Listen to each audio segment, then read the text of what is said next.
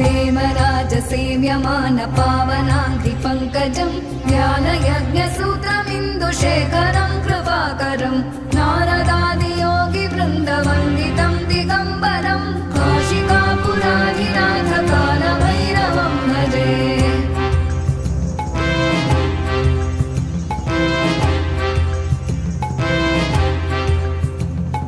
भानुकोटिभास्वनं भवाब्धितारकं परं नीलकण्ठमीप्सितार्थदायकं त्रिलोचनं कालकालमम्बुजाक्षमक्षशूलमक्षरं काशिकापुराधिनाथकालभैरवं भजे।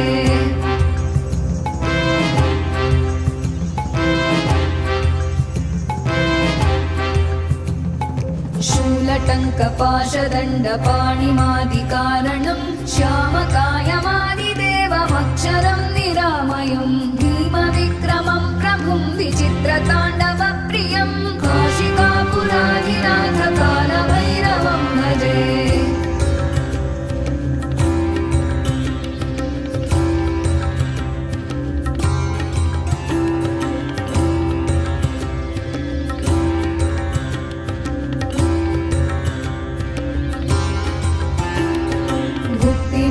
दायकं प्रशस्तचारुविग्रहं भक्तवत्सलं स्थितं समस्तलोकविग्रहं विनिक्मणं मनोज्ञहेमकिङ्किणीलसत्कटिं काशिकापुराधिनाथकालभैरवं भजे।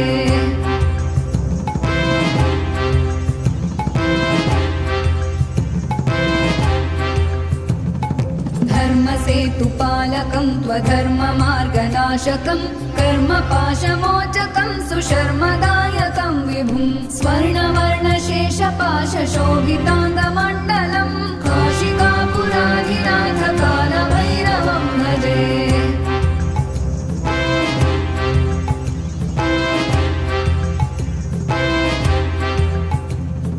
रत्नपादुका प्रभाभिरामपादयुग्मकं नित्यमद्वितीयमिष्टदैवतं निरञ्जनं मृत्युदर्पनाशनं करालदंष्ट्रमोक्षणं काशिकापुराधिनाथकालभैरवं भजे।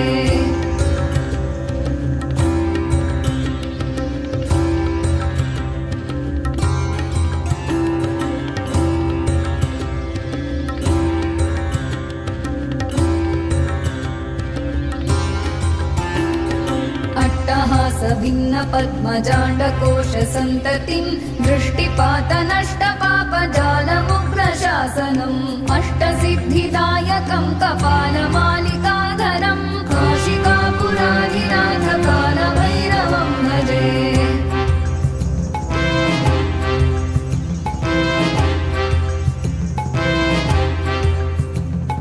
भूतसङ्घनायकं विशालकीर्तिदायकं काशीवासलोकपुण्यपापशोधकं विभुं नीतिमार्गकोविदं पुरातनं जगत्पतिं काशिकापुराधिनाथकालभैरवं भजे।